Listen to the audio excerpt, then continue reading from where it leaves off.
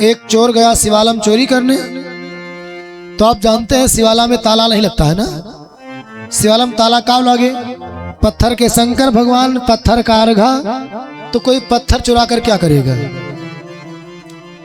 अब आप ताई लोग आते थे हमारे धर्म को नष्ट करने के लिए, शिवालय तोड़ते थे। तो कुछ चोर ऐसे होते हैं वह घर में घुस गए, अगर कुछ नहीं मिला तो दाल चावल रख कर मिला देंगे, पूरा रसोइया खराब कर देंगे, कुछ ना कुछ नुकसान कर देंगे, बल्ब वो फोड़ दे हैं। तो कुछ जो दुष्ट आए उन्हें कुछ नहीं मिला तो हमारे धर्म को नष्ट करने के लिए शिवालय तोड़े, शिवलिंग का अर्घा तोड़े, यही सब किया। शिवालय में कोई चोर आते तो कुछ पाता नहीं है, अपने ऊपर कुछ रखते हैं ये नहीं, शिवलिंग सामने रखा है ना तो उस पर कुछ रुकता है। तो भोलेनाथ के पास कुछ है नहीं तो उसमें चोर क्या पाएगा?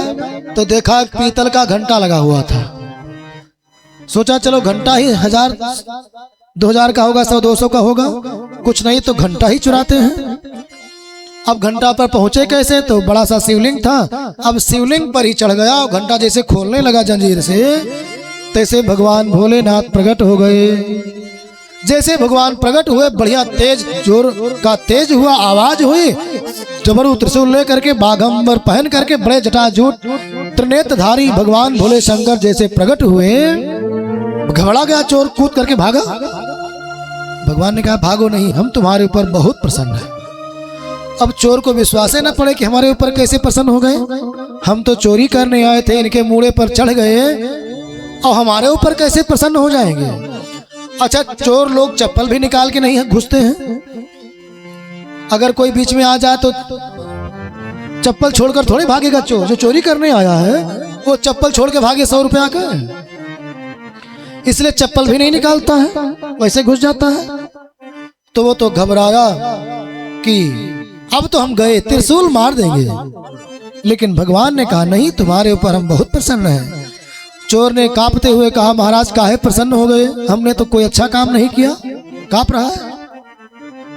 भगवान ने कहा भक्त सभी आते हैं, कोई चावल लाता है, कोई चीनी लाता है, और कुछ लोग तो चीनी चढ़ाकर चले जाते हैं, उसके बाद मेरे ऊपर चींटी लगती है, माखी लगती है।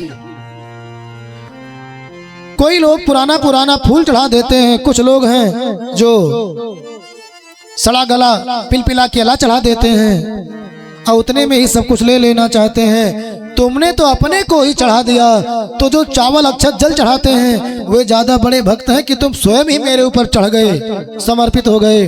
तुम सबसे बड़े भक्त हो, तुम मेरे सबसे बड़े भक्त हो, इसलिए मैं तुम्हें वरदान देने आया हूँ। भक्त बड़ा प्रसन्न हुआ, रोने लगा, गला रुंध गया, अश्रुधारा बह रही है कि मैं कितना बड़ा पापी हूँ। ऐसे दयावान आशुतोष भोलेनाथ भगवान शंकर का मैंने अपराध किया। बेचारा रोता हुआ चरणों में गिर पड़ा, प्रभु मुझे कुछ नहीं चाहिए, बस आप मुझे अभय दान दे दीजिए, मुझे मत मारिए, अपनी भक्ति मुझे प्रदान कर दो। आज से मैं ये काम छोड़ दूं, नीच काम करना, यही आप मुझे वरदान दीजिए और मुझे कुछ नहीं चाहिए। भगवान शंकर ने कहा पुत्र तुमने मेरा दर्शन कर लिया, अभी कुछ बाकी है? तुम्हारे लिए तो सब कुछ मेरा पूरा भंडार खुला हुआ है। और श्री भगवान ने उसको मनोवांछित वर दिया। तो ऐसे आशुतोष, ऐसे भोलेनाथ जो चढ़ा था घंटा खोलने के लिए, वो क्या कहते घंटा जो कलश लगा होता है उसको खोलने के लिए, तो ऐसे श्री भगवान आशुतोष का स्मरण करने मात्र से यह पाप नष्ट होता है और शिवलोक की प्राप्ति होती है। प्रेम से बोलो महादेव महादेव।